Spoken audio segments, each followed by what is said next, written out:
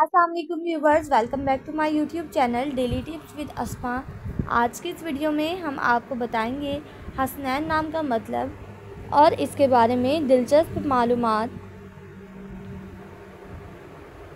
हसनैन नाम का शुमार लड़कों के नामों में होता है। हसनैन एक इस्लामी नाम है। हसनैन नाम की इब्तदाई तारीख अरबी ज़ुबान से निकलती है। हसनैन नाम के लड़कों के लिए खुशकिस्मत नंबर 7 माना जाता है। माहिरीन के मुताबिक हसनैन नाम के लड़के बहुत रहमदिल होते हैं।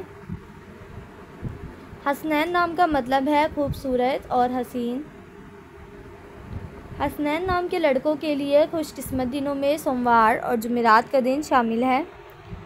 हसनैन नाम के अफराद के लिए मुवाफिक रंगों में सफ़ेद, गुलाबी और हल्का सब्ज़ रंग शामिल है।